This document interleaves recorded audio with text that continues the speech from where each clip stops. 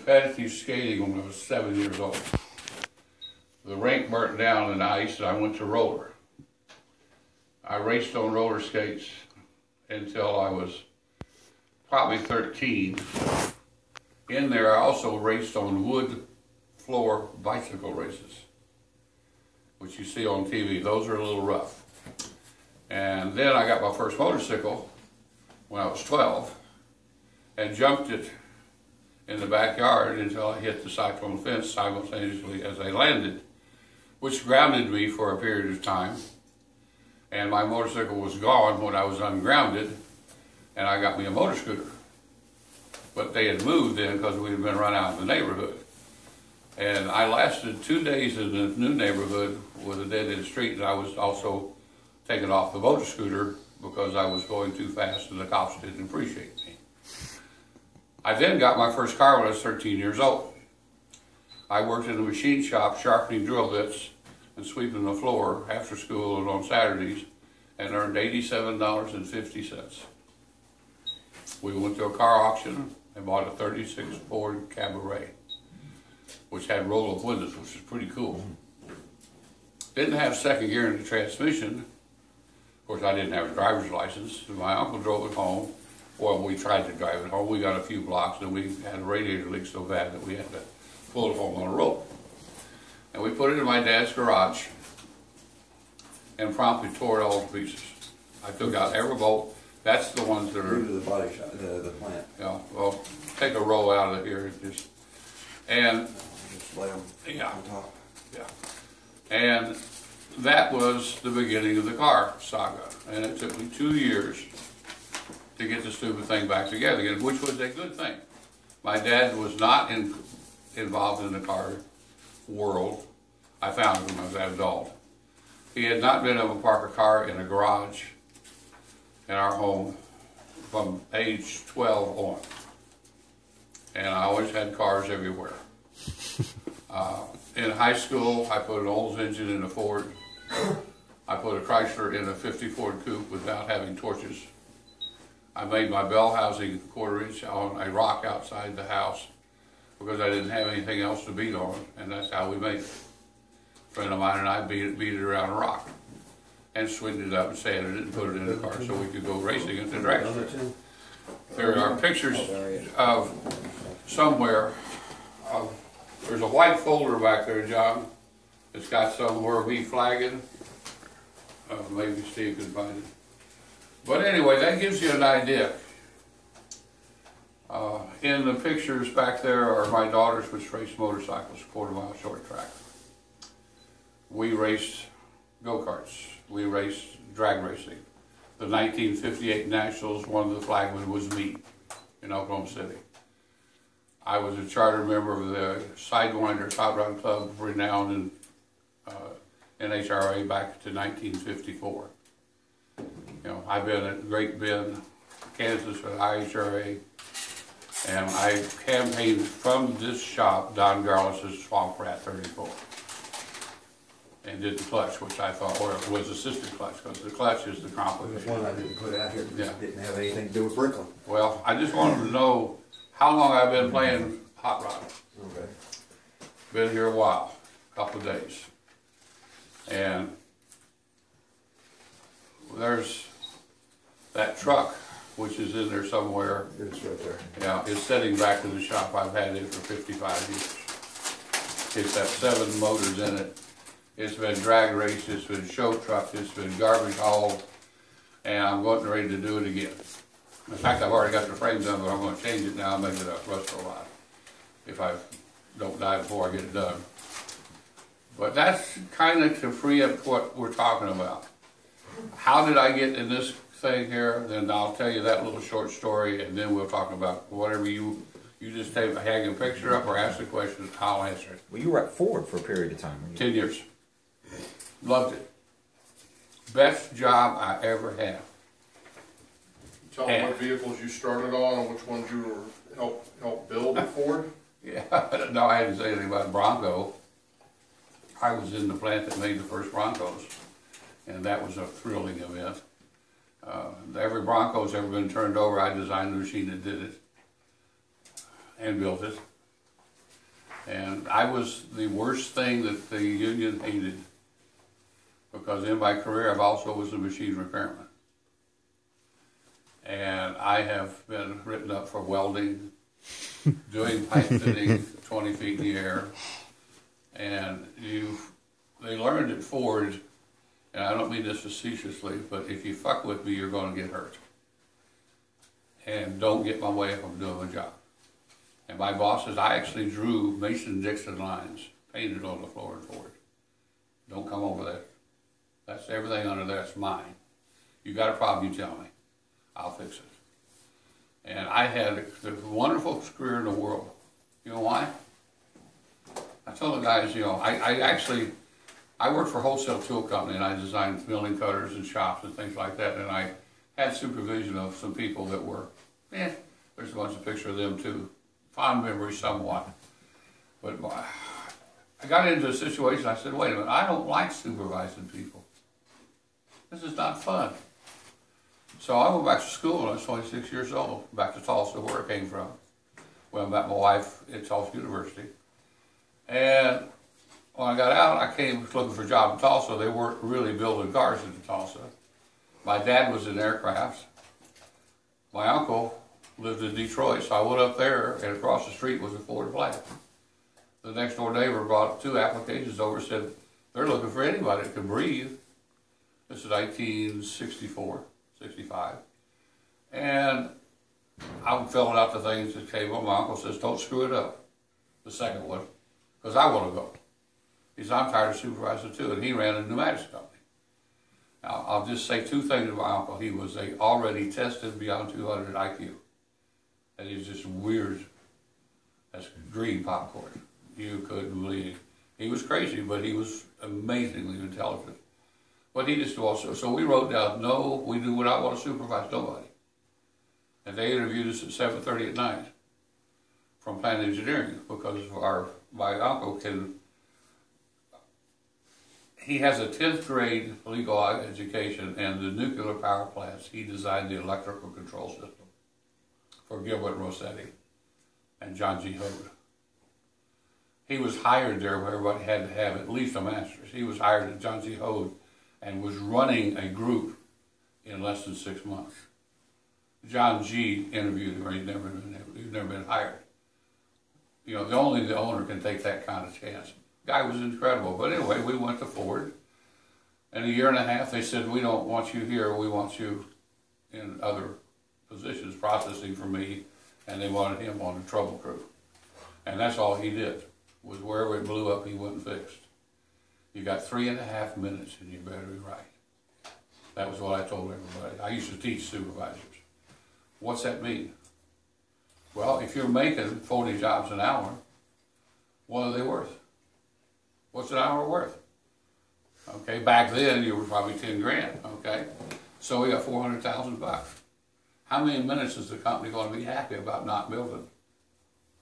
And I said, when you're in supervision and you got a problem, you got 3.5 minutes to fix the problem. Even if it's temporary, but fix the problem. Because we can't have this line stopped. That's not how this thing works. And since I digress in Ford, I had ended up with 13 people on the shift senior, and then I promoted myself to Bricklin, actually, and I'll tell you how that happened. And I tell my people, I said, everybody's got to fuck off. That's required. But if you have nothing to do and your feet on the desk, it's not no fun. You got to be not doing what you're supposed to be doing to have fun doing it. And I said, now, don't ever tell me you don't have nothing to do. Never. And you know why? There's 2,000 people out there working their ass off, sweating and bleeding, and you tell me you can't go help one of them make his job easier? A longer hose, a shorter hose, move this, do this, fix his system, help these people. The quality goes up when you take care of the man doing the job. And the manager of the department looks like me, only about 4 inches taller. His name was Dan Fitzgerald. He's Irish, I'm German, redheaded too. And when he first came in the plant, he walked down the main aisle, about a mile, and they called him everything in the world because he had a suit coat on. I never wore a suit coat. I come in the morning, he had the look, whatever, and my tie was usually over the back or hanging or in dirt somewhere. And they all yelled at me, "What are you, big time now? I've got a coat on," yelled at me. And when he met me down at the towing machine, I was really busy because I had set tow and it was down, and you are close to stopping things. And he come down the aisle with his hands in his pockets, and he says, "You must be Terry Tanner." And I said, "Yeah, you must be Dan Fitzgerald." He said, "Well, mister, because I look stuffy." I said, "I ain't got time to fuck with you. I ain't got time to walk around with my hands in pockets. I'd get out of my way." And I went over and fixed the towing machine. And I came back later. And we got along fabulously. I threw my keys at him 4 or 5 times. I've turned desks over on people. I was really a rabid dog. I should have been fired many, many times. Should have. But bottom line, I made money. Every department I went in made money. And that's because I enjoyed doing what I was doing. I had fun every day. Every day I giggled. Because I could go in there. When I went in there, they had all these machines. We couldn't even spell them, let alone pronounce them. Most of them, we didn't even know what they were. Now, for people like us that had always been in machinery, that was just a toy land. It was like, good gracious, it's Disney World. They had Johnstone pumps and grease presses and welders and micropoise balancers and spot welders. We never even messed with them things. We had great big Rotax. They didn't even know how the Bronco was turned up on the side. They didn't know how it happened. The people put the thing in and never lubricated the Rotax, which is an air motor, which was literally that big. And they had the whole thing down for about, 3 days. And Uncle Bob and I walked by and said, "You need to put some oil on those lubricators and that Rotax will work fine."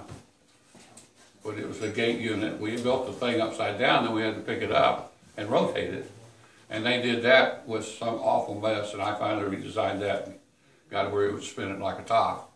But it was just an opportunity. I love opportunity. When you get a chance to fix something, how well can you do it? And when you take something apart, here the rules are, if we decide to take something apart, we got to figure out what else can we do while we're there. When you take a bolt off, you're in jeopardy. You can strip it, you can lose it, you can break the thing, the part falls off, the jack drops. Okay, now are you sure you need to take that bolt off? Before you start, you might as well make sure what you're doing. So that's where I kind of come from. Now, how did I get to Bricklin? Well, I was at AAD, the Automotive Assembly Division. I got myself promoted to a damn desk. I don't like desks. I never had a desk you sat at. You had a desk you went by and see how many people were yelling at you. You're out there where it's at. I told my people, I think how bad it was. I hated it. When we came off of nights, I had my guys running in place. Because our rules in my department was when it comes 7:15, you leave the office. Don't come back. Take rotation numbers of where you're at. I don't care if you're at a coffee shop. It don't make shit to me where you go. But don't go in that office. And leave the bosses up there to go to meetings and answer their own goddamn questions. And they would get mad at me, but I said, I'm out here doing my job. You ever been out on the floor? They build trucks out there. Here, the rotation number so-and-so is red. And I just harassed the shit out of them. So I got in and I got down there. And then they sent me to Louisville to build a plant, which was a nightmare. And I managed to get sick down there and was off for, they had me grounded for 9 weeks, which meant I couldn't do anything.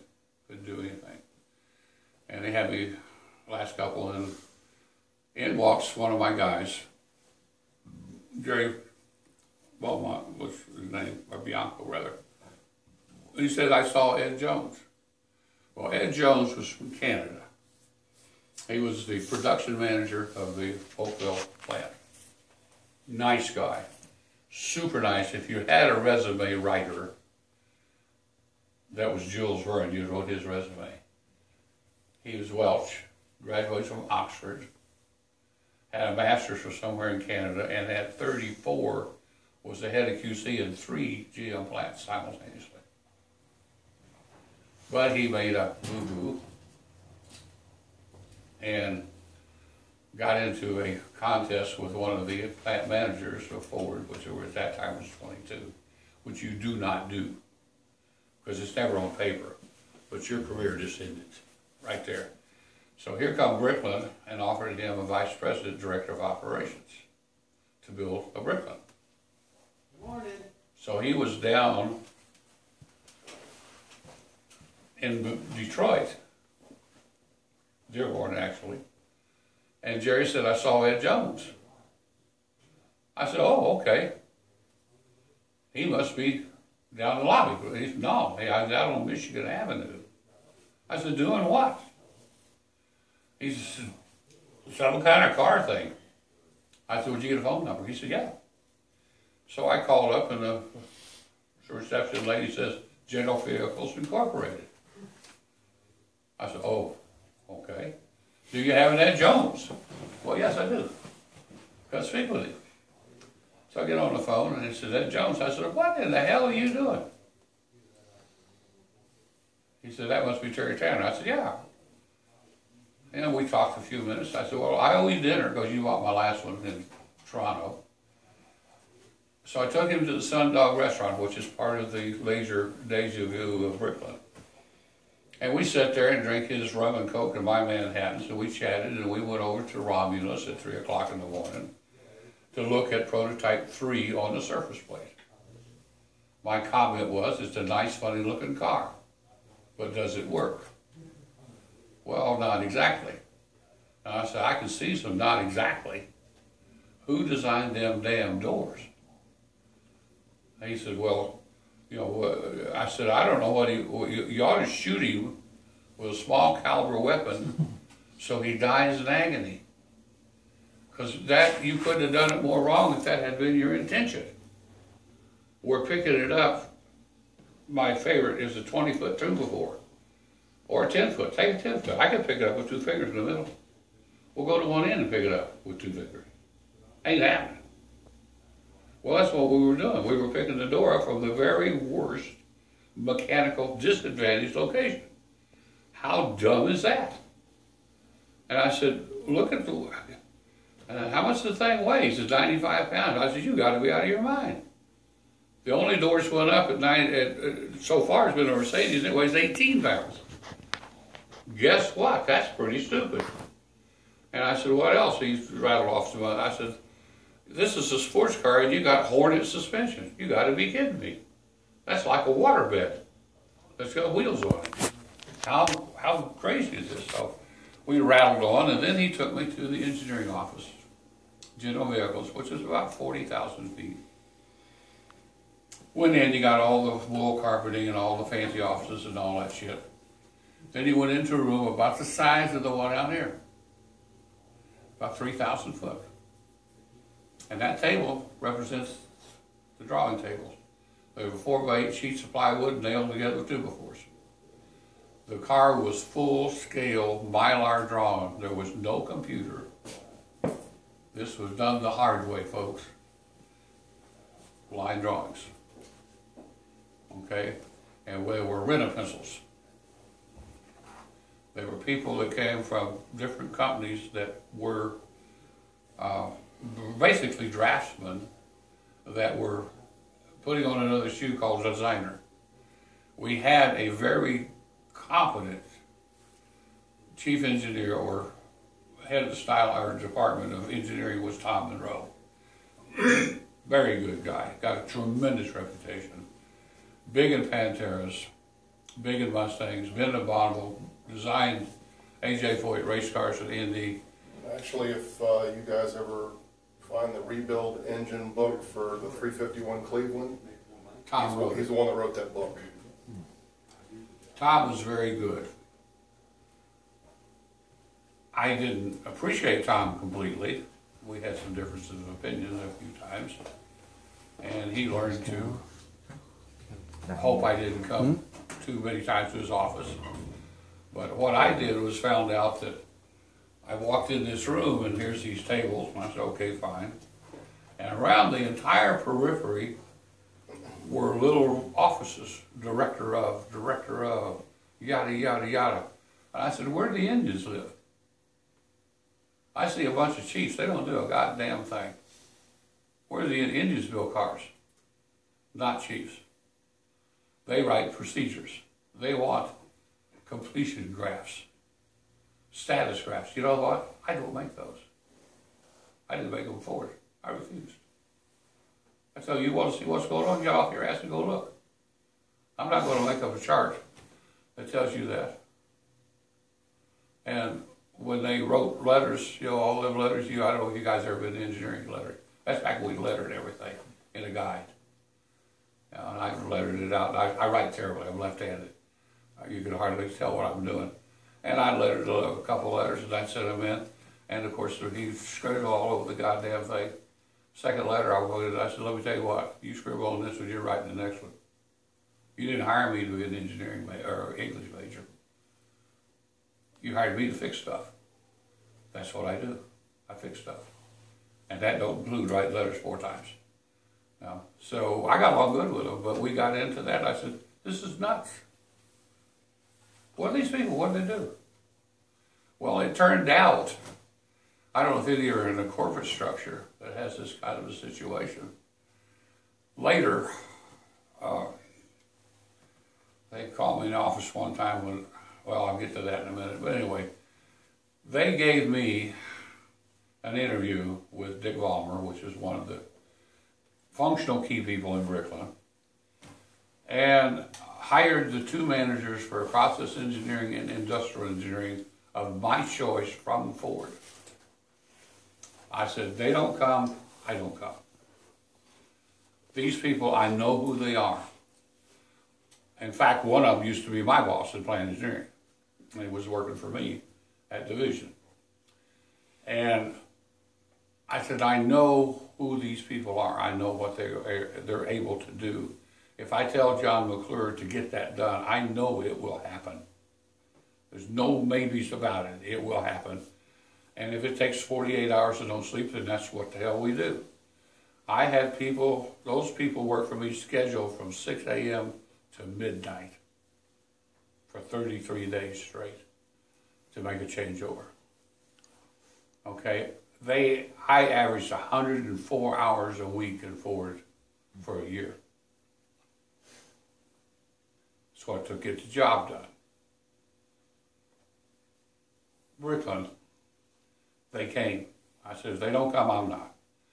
And when we went to the plant, March 3rd, the plant had 1 frame, 2 people leaning on it, a car wash conveyor, which you can see in the pictures, put in the plant off center so far that one aisle was people, the other one was semis driving side by side.